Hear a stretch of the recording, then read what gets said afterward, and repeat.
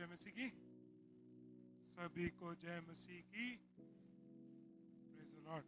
आज वचन मनन में जाने से पहले दुनिया में कितने दीवारों को आप जानते हो?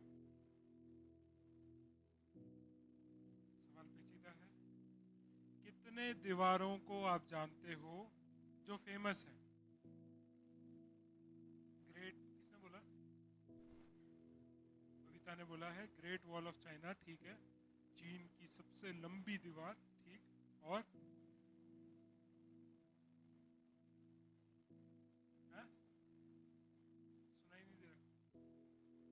यरीहो, यरीहो की दीवार, लेकिन वो तो अब खड़ी नहीं है ना, वो तो ढा दी गई है, ठीक है। और हमारा इतिहास थोड़ा खराब है, मेरे को लग रहा है। हमें देखना पड़ेगा कि इतिहास के रीति से कोल्ड वॉर जब चल रहा था तो बर्लिन वॉल एक माना जाता है। बर्लिन वॉल जो था वो कोल्ड वॉर के लिए बहुत ही अहम किरदार को निभाता है। जर्मनी में पाया जाता है वो दीवार, उसको याद रखना। और एक है अमोराइट वॉल जो आज भी खड़ा है, जो टिग्रिस और यूफ्रेटिस नदी के बीच में आज भी इराक में पाया जाता है। चौथा एक वॉल जो आप सभी को बाइबल से पता करना चाहिए था, वो है यरूशलेम की दीवार। एक ही दीवार खड़ी है अभी, वेस्टर्न वॉल कहते हैं उसको। दूसरा नाम भी दे रखा है वेलिंग वॉल, यानी कि वो दीवार को देखकर यहूदी लोग जो है वहां जाकर रोकर प्रार्थना करते हैं और अपनी निवेदनों को उन ईंटों के बीच में चिपका कर आ जाते हैं कि ये मानते हैं कि ये निवेदन जो है परमेश्वर जल्दी सुनेगा और इज़राइल को और यरूशलेम को वो पुनः स्थापित करेगा। अब यही दीवार जो है कुछ साल पहले, मतलब ये जो अभी हम बोल रहे हैं, तो ये कुछ सालों पहले अगर हम देखें नेहमाया के जमाने में इन दीवार के साथ क्या हुआ था।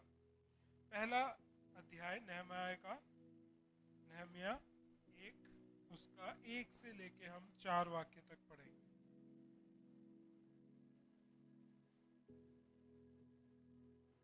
हकलिया के पुत्र नेहमिया के वचन।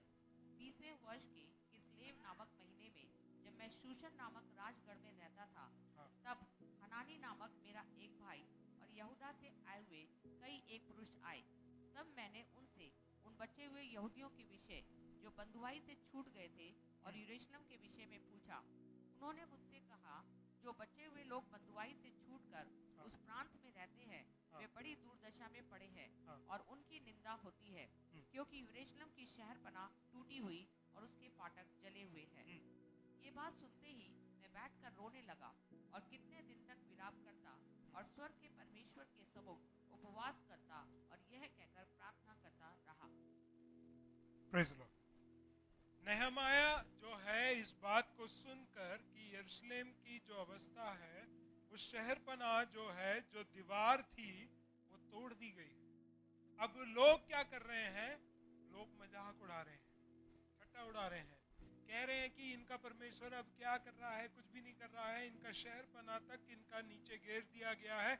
और इस बात को सुनकर नेहमाया को जो है दुख होता है, विलाप होता है, और वो विलाप करता है, रोता है, कई दिनों तक उपवास रखता है कि ये बात को सुनकर कि दीवार ढा दी गई है।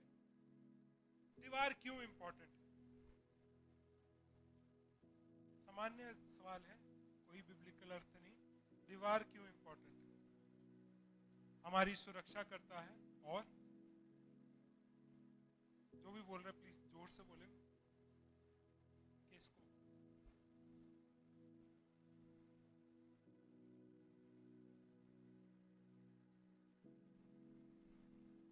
चलो, जो हमारे बॉर्डर है उसको जो है डिफाइन करती है, ठीक है। और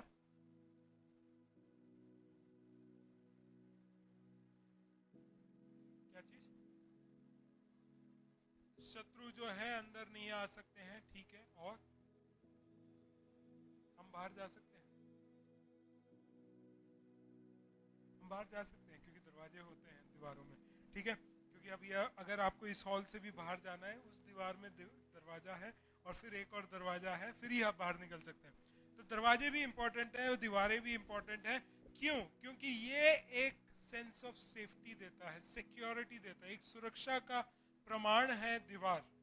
और अगर वही दीवार अगर घेर दी जाए तो उस दीवार के बिना वो व्यक्ति जो है या वो शहर जो है या वो राज्य जो है हमेशा शत्रुओं के हमलों से बचा नहीं रहेगा। Praise the Lord, praise the Lord. और हमारे जीवन में दीवार क्यों इंपॉर्टेंट है? क्योंकि कई बार जो प्रोटेक्शन दीवार देती है वो हम कई बार बना ही नहीं रख पाते हैं। शैतान हमेशा आपके दीवारों को तोड़ने की कोशिश करता है, और जब वो थक के चला जाता है तब आपको अपने दीवारों की मरम्मत करने की जरूरत है। क्योंकि अगर आप मरम्मत नहीं कर रहे हैं, एक समय आएगा, क्योंकि मैं एक मूवी मैंने देखी थी, पुराने टाइम की मूवी है शॉशैंक रिडेम्पशन करके, और उसमें क्या है कि एक व्यक्ति को गलत आरोप में जेल में डाल दिया जाता है। अब जेल में रहकर वो क्या करता है, पूरे दिन वो अच्छे तरीके से काम करता है, दोपहर को सो जाता है और रात को बैठ के चम्मच है, चम्मच से दीवार में से एक एक दाना निकाल निकाल के करता रहता है। तकरीबन 10 साल तक, क्योंकि उसको आजीवन की पनिशमेंट सुनाई गई थी, 10 साल तक वो उसी चीज को करता रहता है, और जो कार्य कर रहा था उसके ऊपर जो है पोस्टर लगा देता है। अब पूरे टाइम वो खोदता रहता खोदता रहता खोदता रहता। 10 साल के बाद वो इतना बड़ा छेद हो जाता है कि वो उसमें से निकल सकता है। शैतान जो है कभी भी आपके जीवन में एकदम से बुलडोजर लाकर आपको नहीं गिरने की कोशिश करेगा। वो छोटी सी चीजों से शुरू करता है, छोटा सा एक पाप, छोटा सा एक सोच, छोटी सी एक बात, वो आपके जीवन में डाल देता है, और वो धीरे धीरे धीरे धीरे धीरे धीरे धीरे धीरे आपके दीवार को खत्म कर देती है। और फिर उसके लिए आसान हो जाता है कि वो अंदर भी आ सके, बाहर भी जा सके, हमला भी कर सके, आपको नाश भी कर सके, आपको चोरी भी कर सके, आपका प्राण तक को भी नाश कर सके। तो हमें क्या करना चाहिए?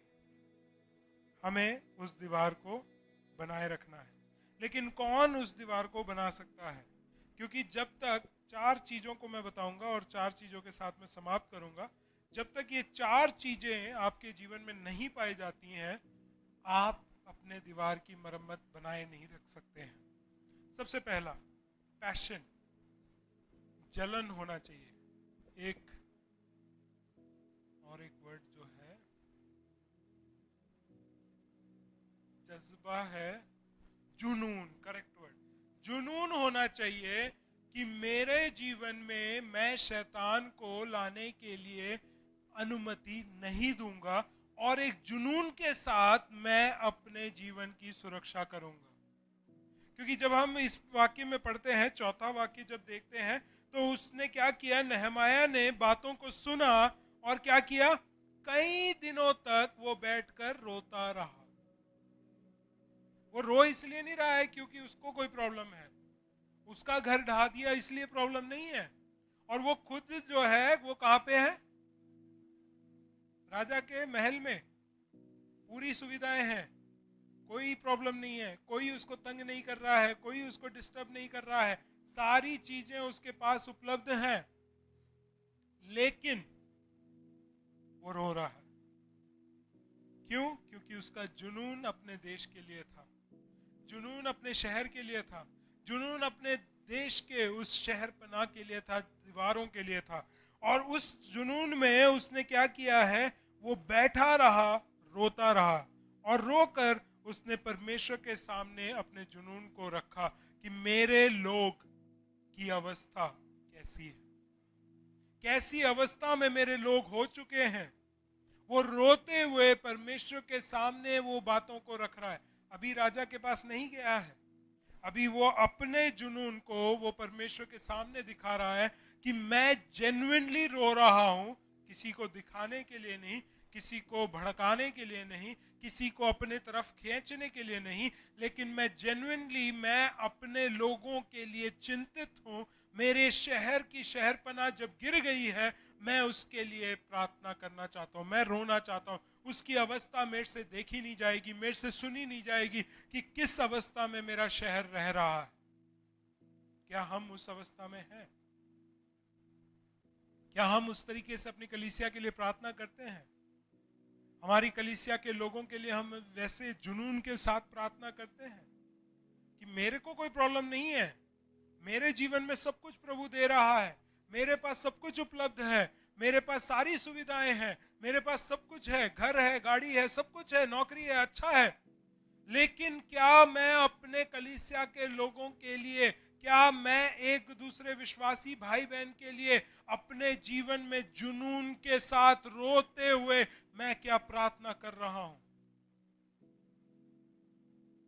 वो आपके जीवन को दिखाता है कि आप मसीह और मसीह की कलीसिया के लिए कितना प्रेम करते हैं। Praise the Lord, praise the Lord. दूसरा चीज, प्रार्थना, प्रेयर, पैशन के साथ प्रार्थना होना जरूरी है। जब हम चौथे ही वाक्य में देखते हैं तो हम देखते हैं वो कुछ दिनों तक क्या करता रहा? वो विलाप करता रहा, उपवास रखता रहा, और फिर क्या किया? प्रार्थना किया। क्योंकि हमें ये समझना है, राजा के पास अभी भी नहीं गया वो, क्योंकि हम राजा की ये कहानी में हम यही देखते हैं कि उसकी पोजीशन अच्छी थी, उसने राजा के साथ वो काम कर रहा है, राजमहल में है, राज दरबार में है, राजा के बिल्कुल करीब वो खड़ा होता है, वो बहुत अच्छी बात है। लेकिन सबसे पहला आपका जुनून होना चाहिए। दूसरी बात है कि आप कोई भी कार्य करने से पहले आप प्रार्थना करना बहुत जरूरी है। परमेश्वर की इच्छा को जाने बगैर कोई कदम मत उठाओ, क्योंकि उसमें क्या होगा कि आप कदम उठाएंगे, आप नुकसान में जाएंगे, या आप फेल हो जाएंगे, आप निराशा में चले जाएंगे। लेकिन अगर परमेश्वर से प्रार्थना करके आप निकलते हो तो परमेश्वर आपके लिए रास्ता खोलेगा। नीति वचन में इस तरीके से लिखा है, तो वो अपने समझ का सहारा मत ले, पर संपूर्ण रीति से परमेश्वर पे भरोसा कर और वह तेरे मार्गों को सीधा करेगा।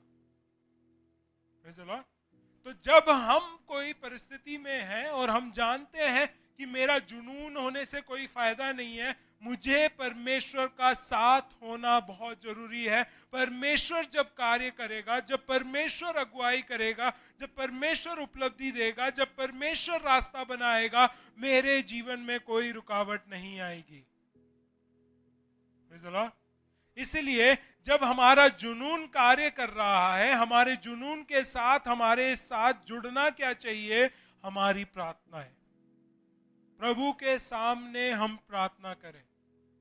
कोठरी में बैठकर वो प्रार्थना कर रहा है, रो रहा है, उपवास कर रहा है और प्रार्थना करते जा रहा है कि परमेश्वर तू मेरे लोगों के बारे में जानता है, ये तेरी प्रजा है जो बिखरी हुई है, तेरे शहरपना जो है वो गिरी हुई है, तेरा शहर जो है तहस नहस पड़ा हुआ है, तुझे इसको बनाना है।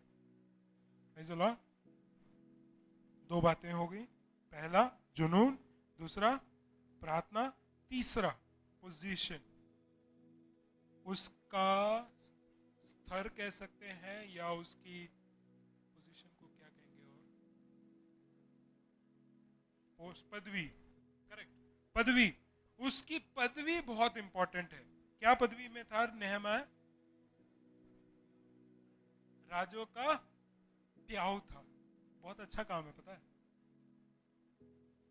राजा कुछ भी खाएगा या राजा कुछ भी पिएगा, उससे पहले कौन टेस्ट करेगा? नेहमाया टेस्ट करेगा। कोई भी किसी भी राज्य से कुछ भी अच्छा वस्तु लेके आया है, राजा के लिए बिल्कुल किसी ने हाथ नहीं लगाया है, ये चीज मैं राजा के लिए लेके आया हूं, और वो करके तोहफा देता है, तो सबसे पहले किसके हाथ में जाएगा? नेहमाया। राजा भी अपने होठ लगाने से पहले नेहमाया उसको पीता है। लेकिन उस पदवी में और एक झोलझाल है, और वो झोलझाल क्या है कि अगर किसी ने राजा के साथ दुश्मनी निकालने के लिए उस पीने की वस्तु में जहर भी मिला दिया, तो सबसे पहले किसको नुकसान होगा? नेहमाया को होगा। हमें एक ऐसा पोजीशन लेना पड़ेगा जहां पे हमें फायदे बहुत हैं, लेकिन नुकसान से खाली नहीं है। वहां बहुत रिस्क है।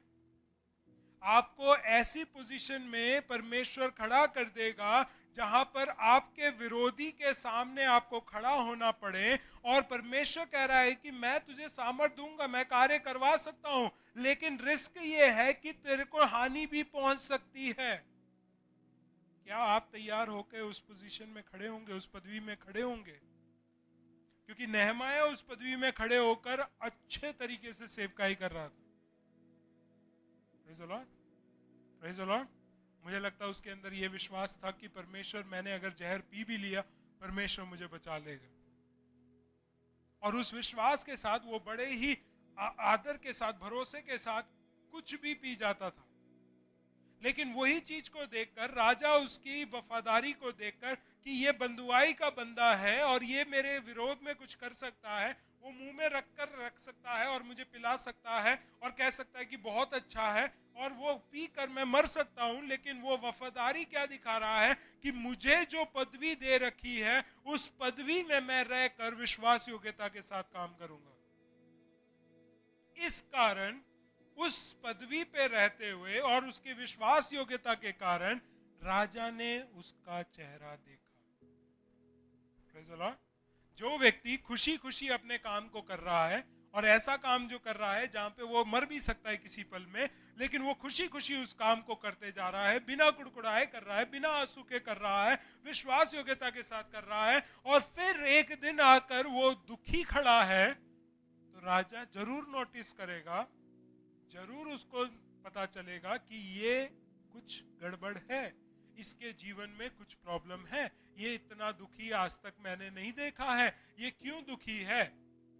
और इसलिए राजा उससे क्या पूछते हैं, 2:4 पढ़ेंगे। ये बात सुनते ही हाँ। मैं बैठकर रोने लगा, हाँ। और कितने दिन तक विलाप करता और स्वर्ग के परमेश्वर के सम्मुख उपवास करता। 2:4।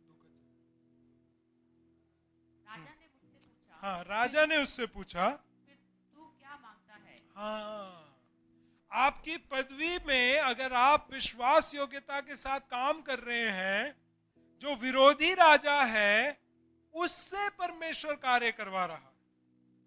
Praise the Lord. आपका जुनून, और आपने प्रार्थना किया, और आप अपनी पदवी में विश्वास योग्य रहे, परमेश्वर ने रास्ता कैसे खोला। शायद नेहमाया ने सोचा होगा कि मैं अपने लोगों को इकट्ठा करूंगा और उन लोगों से पैसा इकट्ठा करके, सारी चीजों को इकट्ठा करके मैं यरूशलेम जाने के लिए राजा से छुट्टी मांगूंगा, और यरूशलेम पहुंचकर मैं सारे दीवारों को बना दूंगा। शायद उसने ऐसा सोचा होगा। लेकिन परमेश्वर ने रास्ता कैसे खोला है। परमेश्वर ने तेरे को बोला है कि तुझे किसी बात की चिंता करने की जरूरत नहीं है, तूने प्रार्थना कर लिया, तूने अपना जुनून दिखा दिया, तूने विश्वास योग्यता के साथ अपना कार्य किया है, इस कारण मैं तेरे लिए अब रास्ता खोल रहा हूं, जहां से तुझे उम्मीद भी नहीं है उससे तेरे लिए रास्ता खोल के दे रहा हूं। Praise the Lord, praise the Lord. हम कई बार जहां उम्मीद नहीं करते हैं वहां से परमेश्वर सहायता भेजता है। और आप देखेंगे कि राजा ने क्या, उसने नेहम्याह ने अपने सारी बातों को बता दिया, वृतांत कर दिया, और बोला कि मुझे यरूशलेम जाना है, शहर बनाना है, शहर पनाह बनानी है, उसका मंदिर जो है वो बनाना है, उसके शहर को अच्छे तरीके से स्थापित करना है। ये बात को सुनकर राजा ने क्या किया, तू जो तुझे चाहिए वो ले जा, तेरे साथ मैं सेनाओं को भेजूंगा, तेरे साथ एक पत्री को भी दूंगा कि सारे जो सेनापति हैं उनको तू ये पत्री दिखाएगा और वो तुझे सुरक्षा प्रदान करेंगे। Praise the Lord. कहां ये अकेले जाने वाले थे, कहां ये खुद से मेहनत करने वाले थे, कहां ये कब तक करते, वो भी सोच के देखिए कि इनके पास जितना इकट्ठा होता उसमें कितना काम हो जाता।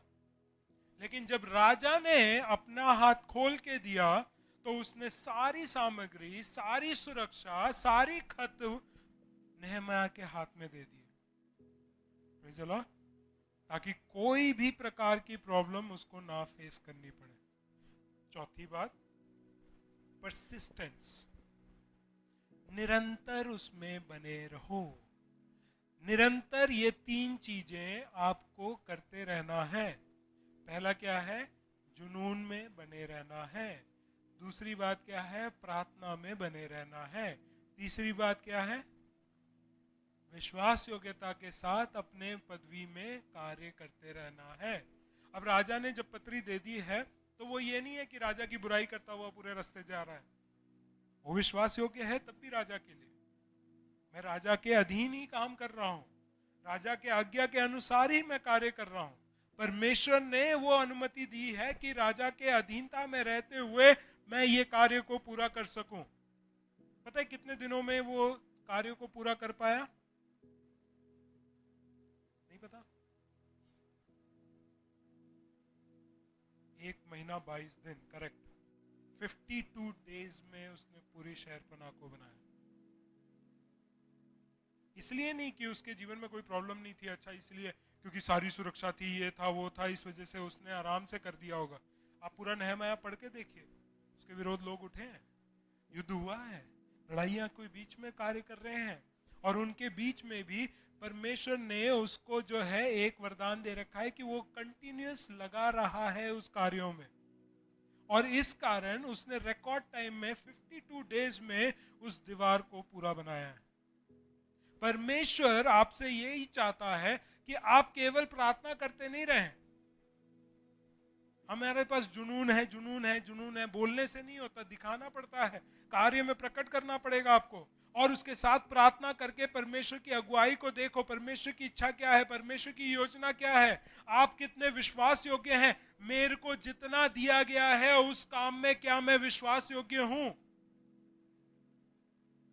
अगर आप उसमें विश्वास योग्य नहीं है, परमेश्वर आगे की चीजों को नहीं देगा। हम ये बोलते हैं कि मुझे वो पदवी मिलेगी तभी मैं काम करूंगा, तो बिल्कुल बेकार है। परमेश्वर कह रहा है कि जिस भी पदवी में तुम हो उसमें रह के तुम विश्वास योग्य बन के दिखाओ, तब मेरा नाम तुम्हारे द्वारा महिमा पाएगा। परमेश्वर ने पौलुस से ये नहीं कहा कि तेरी कमजोरी हट जाएगी तब मैं काम करूंगा, तेरी कमजोरी के बीच में तू काम करने के लिए तैयार हो जा, मैं तुझे सामर्थ दूंगा ताकि लोगों के सामने ये दिखने पाए कि तेरी कमजोरी में सामर्थ देने वाला मैं परमेश्वर हूं। Praise the Lord. नहीं, हमें तो अपना नाम चाहिए, नहीं हमें तो अपना टाइटल लगाना है बाहर। हम पदवी, हम कुर्सी, हम पावर, हम सामर्थ के बिना हम काम नहीं करेंगे। कुछ लोगों ने ठान रखा है। परमेश्वर किन लोगों को आशीषित करता है? जो गुप्त में रह के कार्य करते हैं। जब कोई नहीं देख रहा है तब आपकी विश्वास योग्यता नापी जाती है। जब कोई नहीं होता है, क्या आप अपने लोगों के लिए रोकर प्रार्थना कर रहे हैं? यहां पर हम कलीसिया में सभा के बीच में रोकर चिल्लाकर सबके लिए प्रार्थना करते हैं, अच्छी बात है, मैं बुरा नहीं कह रहा हूं उसको, लेकिन क्या वही जुनून आप अपने अकेले कोठरी में बैठकर प्रार्थना करते हैं? या सिर्फ ये एक दिखावा है कि सब लोग देख रहे हैं इसलिए मैं ऐसे प्रार्थना करता हूं? क्या वही जुनून के साथ हम प्रार्थना करके परमेश्वर की इच्छा को खोजते हैं, या हम अपनी ही इच्छा के अनुसार कुछ भी कार्य करना शुरू कर देते हैं, कहते हैं कि बाइबल में लिखा हुआ है इसलिए मैं कर रहा हूं? नहीं, हर एक काम हर एक के लिए नहीं सौंपा गया, हर एक काम हर एक व्यक्ति नहीं कर सकता है। जब आप निर्गमन की किताब या गिनती की किताब पढ़ोगे, वहां पे लोगों को नियुक्त करा है परमेश्वर ने कि ये व्यक्ति दीवार बनाएगा, ये व्यक्ति बर्तन बनाएगा, ये व्यक्ति ये वाला इंस्ट्रूमेंट बजाएगा, सब कुछ निर्धारित किया है परमेश्वर ने। ये नहीं बोला है कोई भी कुछ भी कर सकता है, नहीं। परमेश्वर ऑर्डर का परमेश्वर है। ऑर्डर को हिंदी में क्या कहेंगे?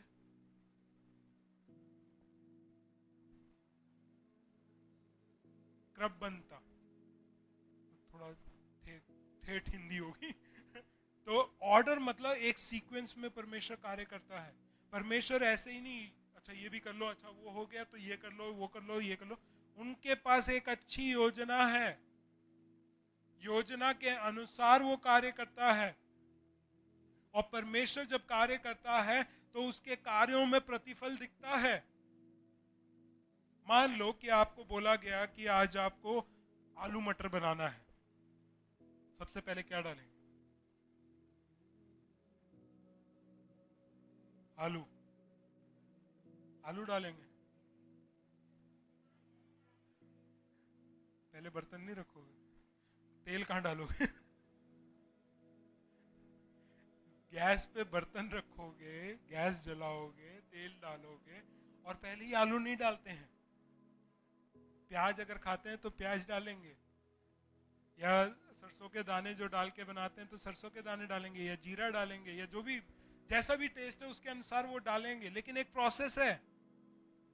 अगर आप आलू पहले डाल दो या मटर पहले डाल दो और प्याज बाद में डाल दो तो कैसा होगा? प्याज नहीं गले होंगे और वो स्वाद नहीं आएगा। और अगर बिना बर्तन के ही आप कुकिंग कर रहे हैं तो वो गैस पे ही होगा सब कुछ, वो खाया नहीं जाएगा। कहने का मतलब क्या है? मैं ये नहीं कह रहा हूँ कि आप लोगों को कुकिंग नहीं आती, आपको आती होगी और आप बहुत अच्छे से करते होंगे, लेकिन अभी आपसे पूछा गया तो एकदम से आप नहीं बोल पा रहे हो। लेकिन कहने का मतलब क्या है कि जब परमेश्वर कार्य करता है तो एक ऑर्डर में कार्य करता है।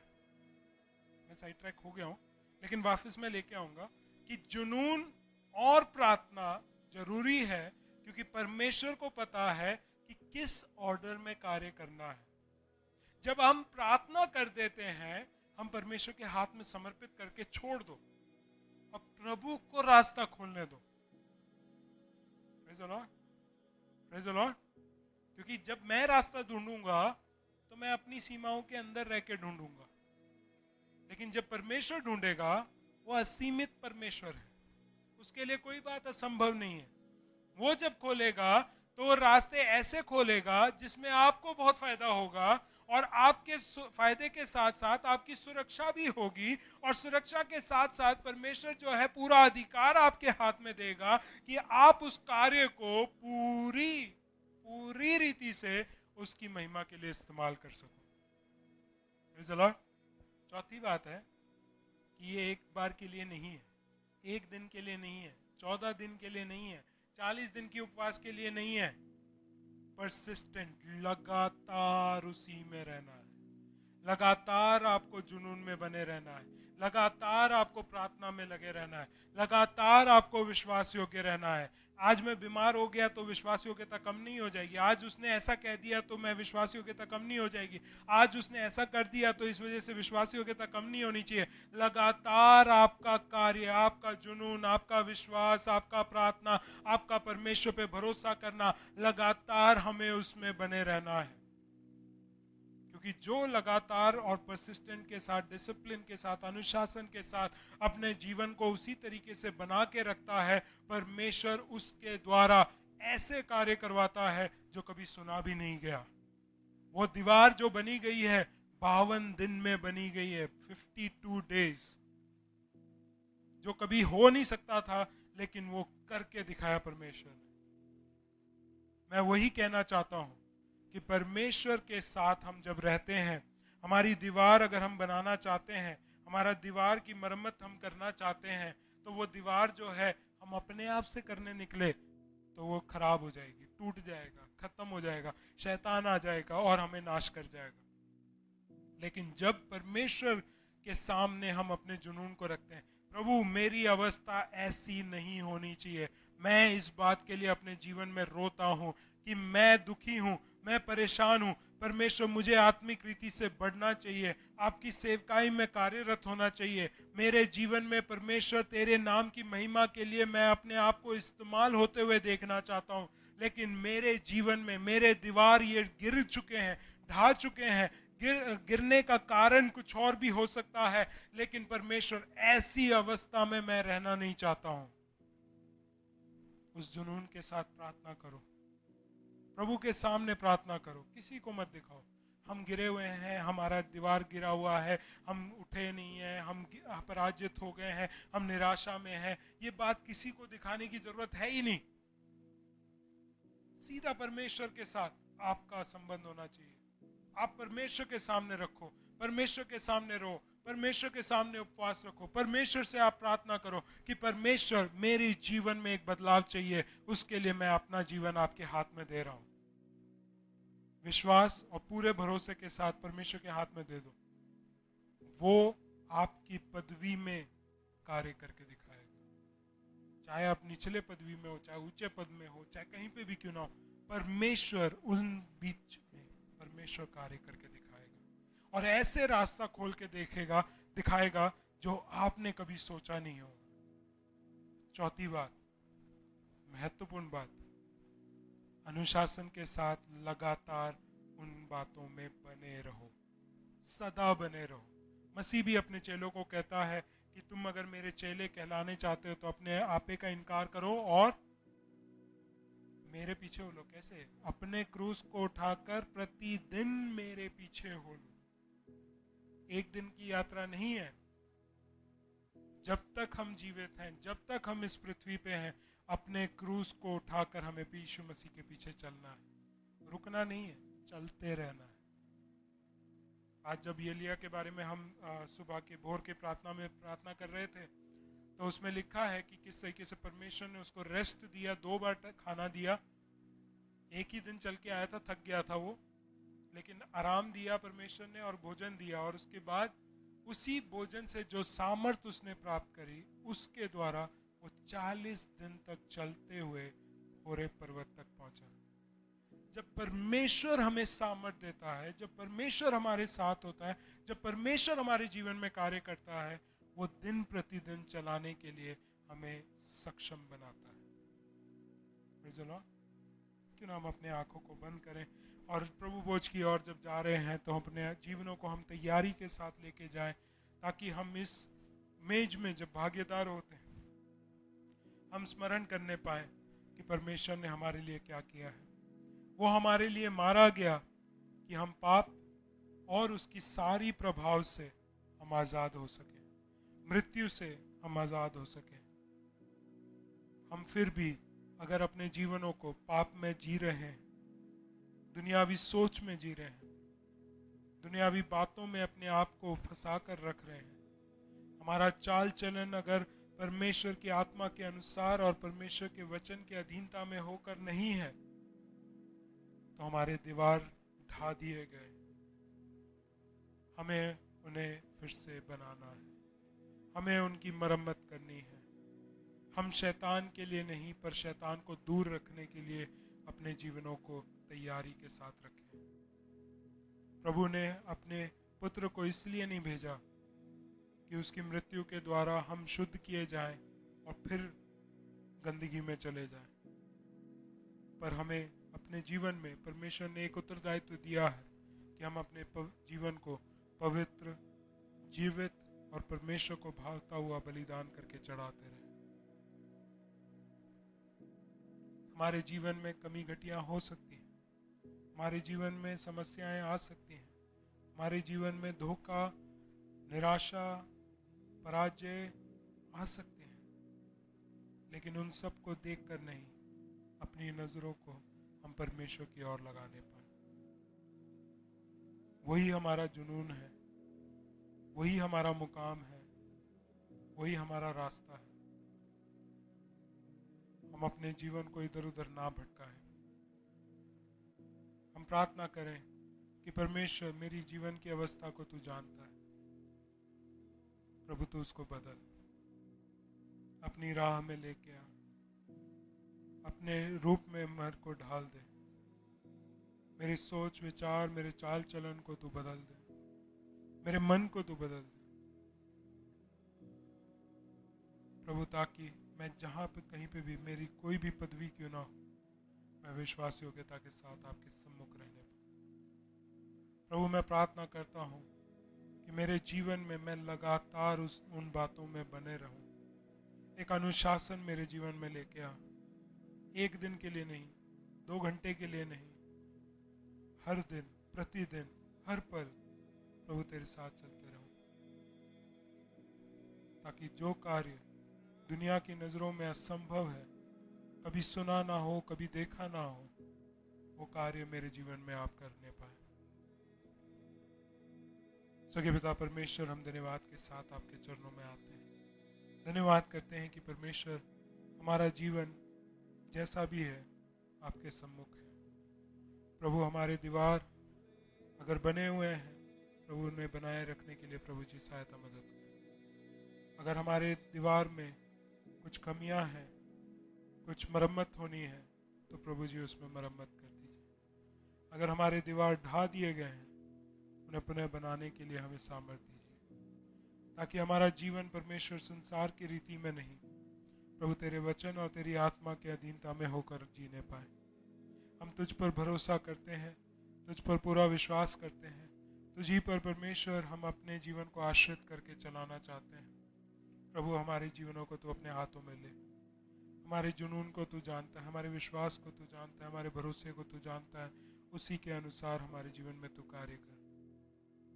प्रभु तू हमारी पदवी को जिस तरीके से इस्तेमाल करना चाहता है तू इस्तेमाल कर, क्योंकि हम जानते हैं जो भी कार्य तू करेगा प्रभु हमारी भलाई के लिए, हमारी संतुष्टि के लिए और हमारी तृप्ति के लिए परमेश्वर आप कार्य करेंगे। एक और बार परमेश्वर हमारे जीवन में ऐसा एक अनुशासन दे कि प्रभु हम अपने जीवनों को 1 दिन 2 दिन वचन को सुनने के बाद उसके प्रभाव जब तक रहते हैं तब तक हम जीने ना पाए, पर निरंतर हर दिन हर पल हम आपके वचन के अनुसार अपने विश्वास में प्रभु तेरे सामने खड़े रहने पाए, ताकि शैतान हमारे सामने आने से भी डरने पाए, कतराने पाए, कांपने पाए। प्रभु जी हम चाहते हैं कि उसको पराजित करें, हम चाहते हैं कि वह हमारे जीवन से दूर रहें। उस बात में आपकी सहायता को हम चाहते हैं। प्रभु अपनी इच्छा अपनी योजना के हिसाब से तू कार्य कर, ताकि हमारे जीवन में हम सुरक्षित और प्रभु जी हर एक प्रकार से एक अलगाव को दिखाने पाए, और प्रभु जी हम आपके ही साथ रहते हुए आपके साथ आनंद करने पाए। अभी जब हम अपने आप को तैयार करते हैं प्रभु की मेज की ओर लेके जाते हैं, प्रभु आप हमारे जीवनों को तैयार कर, शुद्ध कर, पवित्र कर, ताकि इसमें भागीदार होकर आपके उस पुत्र के बलिदान को स्मरण करते हुए हम अपने जीवन में आशीषित होने पाए। सारी बातों को सारे लोगों को आप ही के हाथों में देते हुए, पासबान को भी आपके हाथ में देते हैं जो सेवकाई की अगुवाई करते हैं। सारे बातों को प्रभु यीशु मसीह के नाम से हम मांगते हैं, आमीन।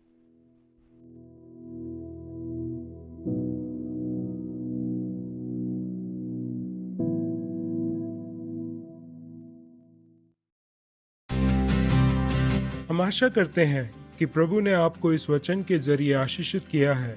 इस वचन की आशीष को सिर्फ अपने तक सीमित ना रखें, अपने प्रियजनों को भी शेयर करें।